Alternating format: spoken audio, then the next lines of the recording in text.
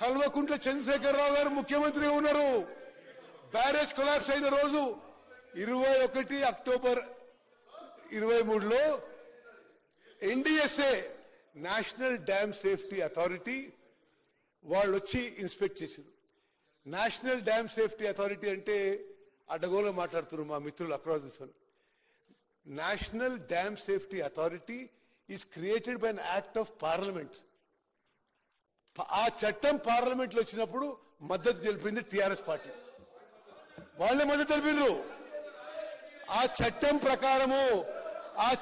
ప్రకారము national dam safety authority create చేయబడ్డది. భారతదేశంలో డ్యామ్లు అండ్ బ్యారేజెస్ మీద అత్యంత నాలెడ్జ్, స్కిల్, అనుభవం వాళ్ళు ఈ national dam safety authority members. వాళ్ళు national dam safety authority inspected the Medigadda barrage on 24th October 23. ఆ రోజు ప్రభుత్వం ఎవరిది అధ్యక్ష? TRS party. మరి దీనికి వాళ్ళు పాయింట్అవుట్ చేసింది ఏంటంటే ఈ Medigadda barrage and other components of Kaleshwaram project 2019లో ఇనాగ్రేషన్ తో మొదలుపెట్టినాయి. ఇనాగ్రేషన్ మొదలైన కొన్ని రోజులకే project developed serious problems. Piping అంటే బ్యారేజ్ ఇటు నుంచి కింది నుంచి అటు మరి నీళ్లు ఉసుకపోతూ బ్యారేజ్ ఫౌండేషన్ వీక్ అయిపోయింది. 2019 నుంచే వాళ్ళ అధికారులు రాసిన రికార్డు ప్రకారమే all the 3 barrages were showing serious problems. ఇంకో విషయం అధ్యక్ష, అసలు డ్యామ్ కి బ్యారేజ్ కి తేడా లేకుండా బ్యారేజ్ కట్టి డ్యామ్ లాగా ఉపయోగించుకునేందుకే ఈ యొక్క మేడిగడ్డ బ్యారేజ్ కొలాప్స్ అయిందని చెప్పి ఎన్డీఎస్ఏ రిపోర్ట్ లో ఉంది. ప్రపంచవ్యాప్తంగా barrages are meant to store less water, 2 to 3 TMC at the most.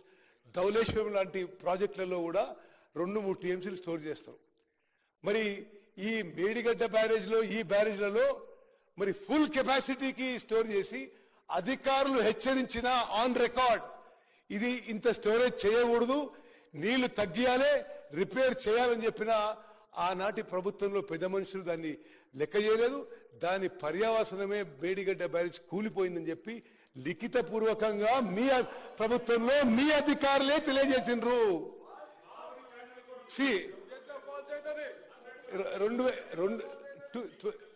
2022 14th April కి ఆనాటి ఇంజనీరింగ్ చీఫ్ మురళీధర్ రావు గారు, ఆనాటి ఇంజనీర్లు వాళ్ళేమన్నారంటే ఇమ్మీడియట్ గా ఈ బ్యారేజ్లకు రిపేర్స్ చేపట్టాలి, లేకపోతే ఫ్యూచర్ లో ప్రమాదం అని. బట్ ఆనాటి మరి పెద్దలు అసలు లెక్క చేయలేదు, ఆ బ్యారేజ్లు నింపెట్టేసిండ్రు, అది కూలిపోయింది.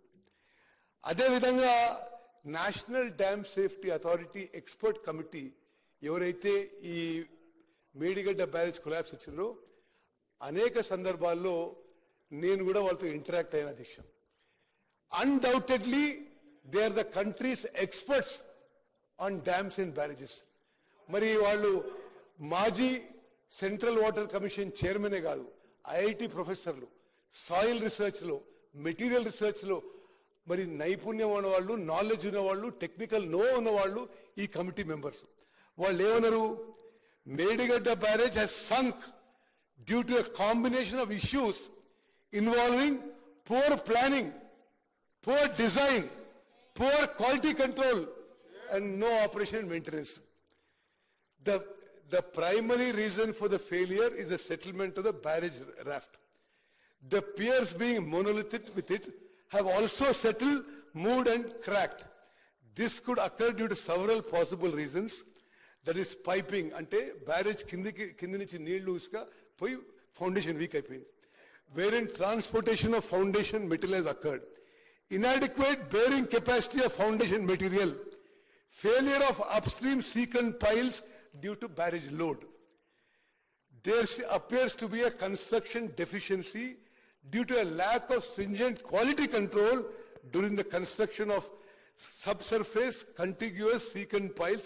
Then exactly a report in Chalutuna Diksha. And plinth connection between the raft and cutoffs.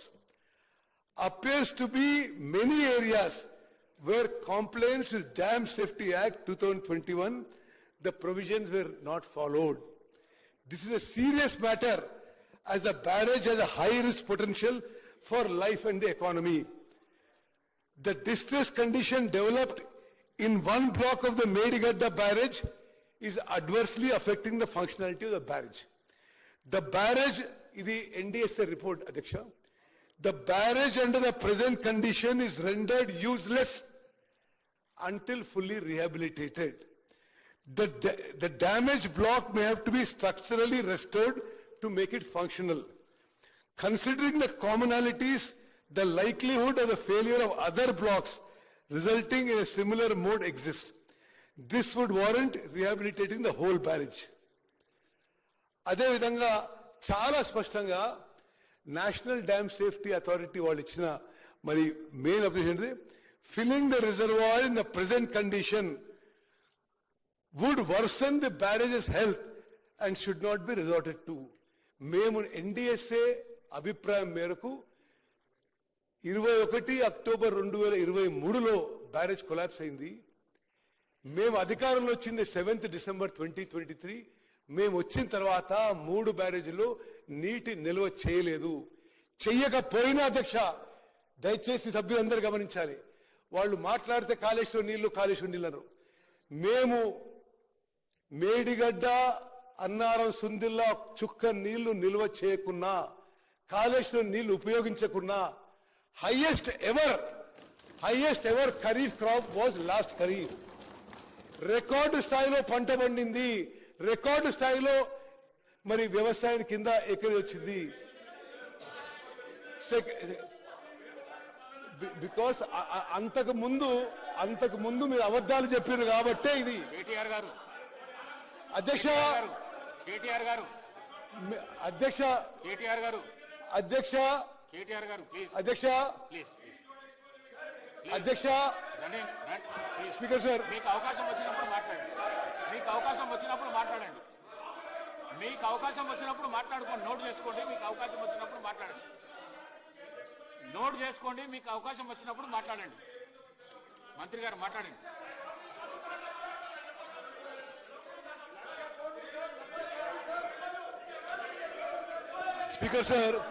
Speaker sir, ఇది అంటే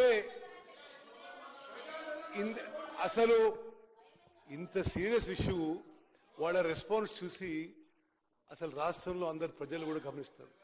మీ వల్ల మీ హయాంలో ప్రాజెక్ట్ కట్టిండ్రు, మీరు డిజైన్ చేసిండ్రు, మీ కన్స్ట్రక్షన్ చేసిండ్రు, మీ హయాంలో ప్రాజెక్ట్ కూలిపోయింది.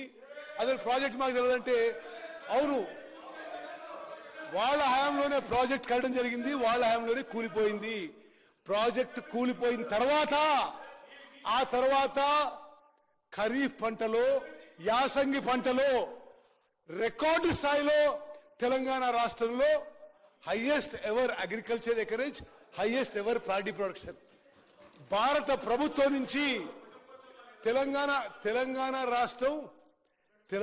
రాష్ట్రం భారతదేశంలో నెంబర్ 1 ప్యాడీ ప్రొడ్యూసింగ్ స్టేట్ అని ఆఫ్టర్ మేడిగడ్డ బ్యారేజ్ కొలాప్స్ అయిన తర్వాత అని చెప్పి నేను మనం చేస్తున్నాను. అదేవిధంగా అధ్యక్ష సార్, మీరు మాట్లాడదు. Vigilance commissioner regarding Medigadda inquiry noted that Vigilance Commissioner noted that there is no IS code, Indian Standard Code, existing for secant pile cutoff.